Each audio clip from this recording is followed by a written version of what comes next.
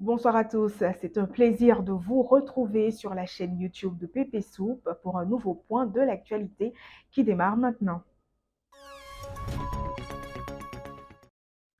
Dans notre premier reportage aujourd'hui, plongeons-nous dans les vertus culinaires du beurre de karité.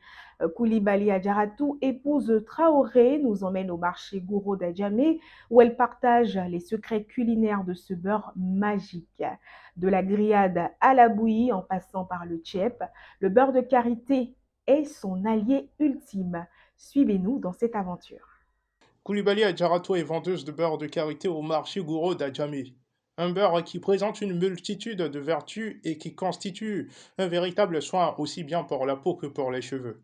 Cette vendeuse nous parle des merveilles de ses produits. Souvent, je prends beaucoup pour faire le bouilli de riz là.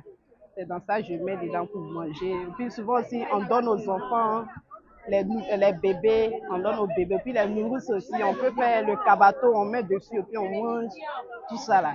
C'est très bon pour la santé. Souvent même, tu fais en boule, tu mets au frigo, tu prends fait ce qu'il faut. Le matin, ça dégage l'idée. En tout cas, le beurre de café, ça a augmenté. Mais on dit le grain manque, ça manque un peu. Donc quand il y a les saisons des grains, alors on ne peut pas avoir pour faire le beurre de qualité. Donc quand ça manque comme cela, là, ça fait qu'on ne gagne pas. Et puis les femmes aussi, ils augmentent. Les femmes, ils augmentent. Donc quand eux, ils augmentent, nous aussi, on est obligé d'augmenter aussi. Voilà. Donc si tu ne fais pas ça aussi, tu ne peux pas t'en sortir. Il faut que tu ajoutes un peu, et les transports, tout. Le beurre de karité fait aussi partie des secrets culinaires d'Adjaratou. Elle l'utilise dans sa cuisine. Elle en vante les bienfaits au quotidien auprès de sa clientèle. Au marché du poulet du complexe d'Adjamé, un groupe de jeunes femmes travaille sans relâche.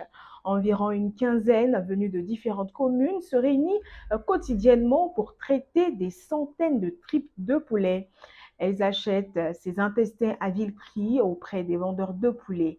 L'harmonie et la solidarité qui règnent parmi elles sont remarquables et elles nous révèlent l'esprit de solidarité ancré dans la culture ivoirienne. Restez à l'écoute pour découvrir leur collaboration. Aux encablures du légendaire marché Gouro d'Adjamé, nous retrouvons une quinzaine de femmes en provenance de différentes communes. Elles se retrouvent chaque jour au marché de poulet du complexe de la commune. Ces dames s'occupent de centaines de triples de poulets abattus au quotidien pour leur petit commerce. Une cargaison qu'elles rachètent à vil prix auprès des vendeurs de poulets. Une grande harmonie règne dans leur activité. On est bien ici, on se débrouille. On est ici, ça vaut 5 ans maintenant. On vient se débrouiller vers le marché au bureau complexe. Donc on vient se débrouiller un peu pour gagner un peu l'argent pour pouvoir payer la fourniture de nos enfants et pour gagner un peu pour payer nos maisons, pour mettre les enfants à l'école. Donc c'est ça, ici on est venu se débrouiller un peu. D'abord, c'est les plus âgés qui nous guident. Elles sont là, nous sommes venus les trouver dans l'harmonie, donc elles nous ont guidés sur ce même chemin-là. Il n'y a pas parlant, on vient des différentes communes, il y a d'autres de Abobo. Moi, par exemple, je viens de Yopougon, mais il n'y a pas de problème. On s'entend à merveille. Si on a gagné ce soutien, ça va nous plaire.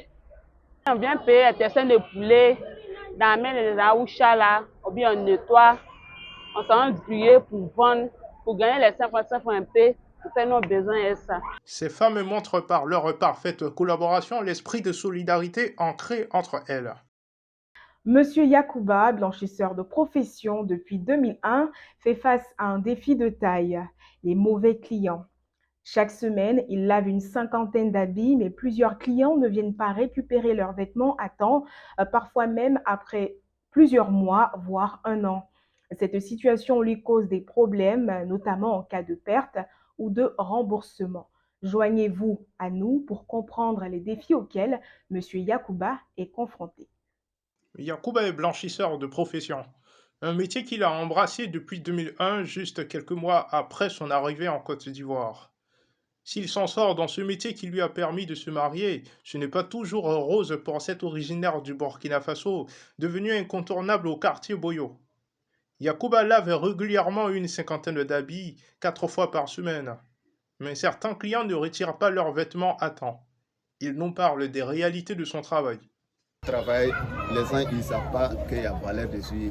pour cela qu'ils n'aient pas pris sérieux nous les valeurs. S'ils ont pris nous les valeurs, le travail que nous on fait, s'ils ont calculé que le travail que nous on fait là, c'est bien. Mais les gens ne vont pas nous prendre en sérieux. Parce qu'après que nous on travaille, même 50-50, parce que moi mon travail là c'est 50-50. 50-50 là, si au moins, même si tu as eu 30 avis, 40 avis là, ça sera 3000 ou bien, ça veut dire que 3000 ou bien 3500. Mais les gens ne les prenaient pas nous sérieux. Aujourd'hui où je suis là, c'est rempli dedans. Voilà, aujourd'hui je l'avais dit. Mais si on prenait nous sérieux là, le travail que nous on fait, vraiment moi quelque chose je l'ai envoyé sur les gens. Si ils prenaient là, il n'y a pas de problème. Que nous, 5 francs, il y a la barcade dessus, on gagne ce que nous on fait. Et voilà, c'est la fin de ce numéro. Merci, chers internautes, de votre fidélité. Passez une excellente semaine et on se dit à demain.